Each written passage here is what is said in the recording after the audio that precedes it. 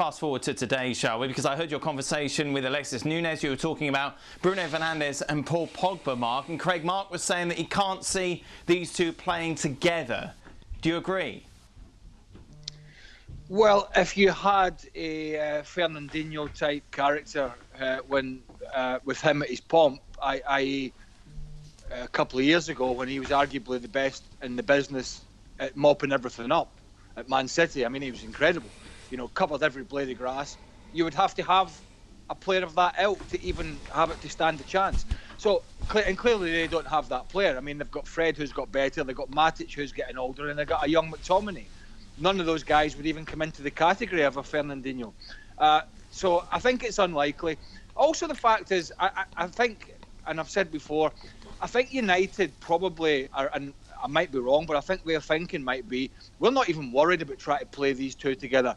Fernandes has come in, he showed his early class with some of his performances. That's not to say that's going to last over the period of 3 or 4 years, but it certainly is promising. Whilst Pogba has been nothing but a pain in the backside for Manchester United, with the odd cameo of good performances. So I would be surprised if they're even contemplating trying to shoehorn these two players in as a priority. I think the priority for them, when everything gets up and running again, is to try and find a way to get Paul Pogba out of that club so that they can move on and they can get some cash back. What does Solskjaer think about it all, Mark?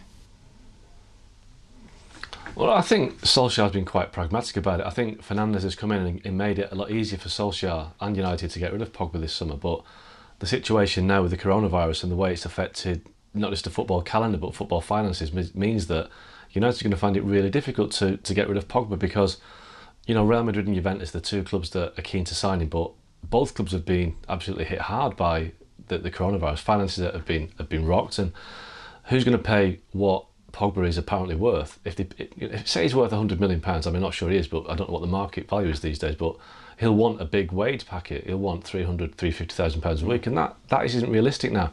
So I think the problem that United have got is that there may have been a market for Pogba 6 months ago, but now it's going to be so difficult to get rid of him. And I think his contract expires next summer, or certainly he's got an option to be triggered, but his value as an asset is diminishing all the time. So United might lose out on this, and so might Pogba, but Pogba may have to stay, and he won't be the main man. That'll be Bruno Fernandes. I think he's going to have to accept that Fernandes is a hard worker, he's brought inspiration to the team, he delivers, and Pogba is what Fernandes is what Pogba should have been, but it's taken 4 years and not done that.